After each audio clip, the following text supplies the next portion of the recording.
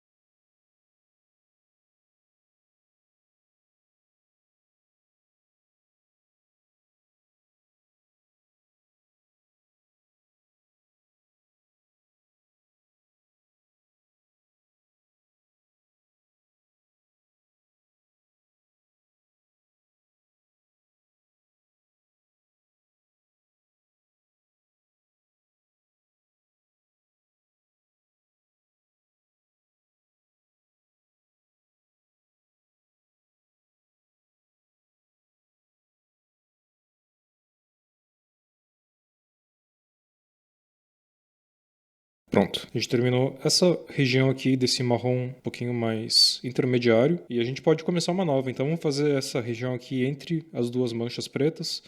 Ela tem um tom de marrom mais clarinho também.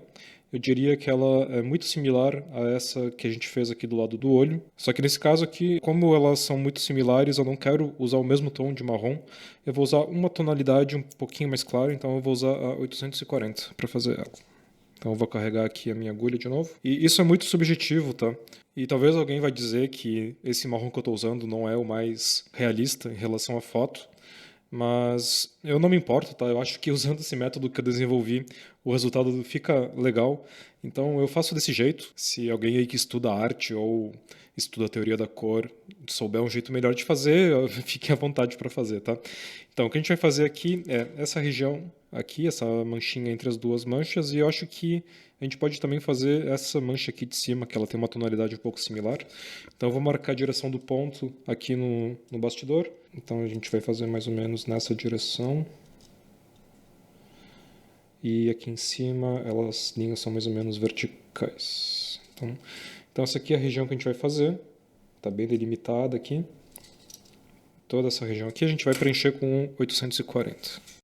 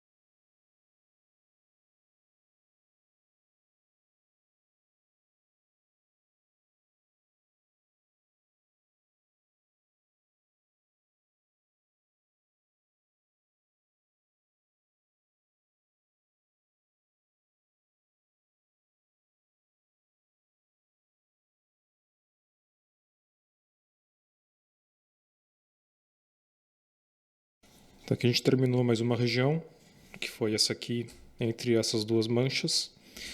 E fazendo essa técnica, vocês podem ir fazendo toda a pelagem dela da parte mais marrom. Eu falei para vocês que a parte mais clarinha aqui perto da boca eu ia gravar com vocês.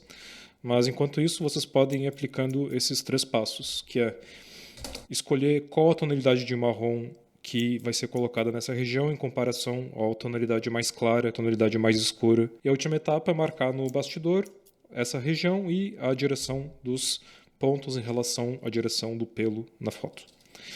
E fazendo isso, vocês podem fazer então toda a metade superior da cabeça. Vocês podem inclusive fazer a parte da orelha aqui, dessa borda aqui assim, nos dois lados. A parte da pelagem da orelha que sai para fora aqui, a gente vai fazer juntos. E o nariz também, claro, a gente vai fazer juntos, porque não é um pouco diferente. Então o que a gente pode fazer é mais ou menos dessa região aqui assim, para cima. E deixando de fora as orelhas com os pelos saindo para fora. Eu vou parar o vídeo por aqui, porque na verdade eu moro na França e agora o inverno está começando e eu tenho bem poucas horas de luz para gravar. Significa que se eu gravar só enquanto tiver luz, eu vou demorar uma eternidade e é por isso que esse vídeo também demorou um pouco mais para sair. Então eu vou gravar eu mesmo, por conta, e qualquer coisa, se vocês tiverem alguma dúvida sobre como fazer essa pelagem, lembrem dos 3 passos. Caso continuem com dúvida, escrevam para mim. Pode ser um comentário no YouTube ou então entrem no grupo do WhatsApp que eu deixei liberado na aula passada. E façam perguntas por lá. Com isso eu vou me despedindo desse vídeo. Eu espero que tenha ficado um pouco claro como fazer a pelagem. E a gente se vê na próxima aula, que a gente vai fazer então o nariz e a parte da pelagem mais clarinha. Então, muito obrigado e tchau, tchau.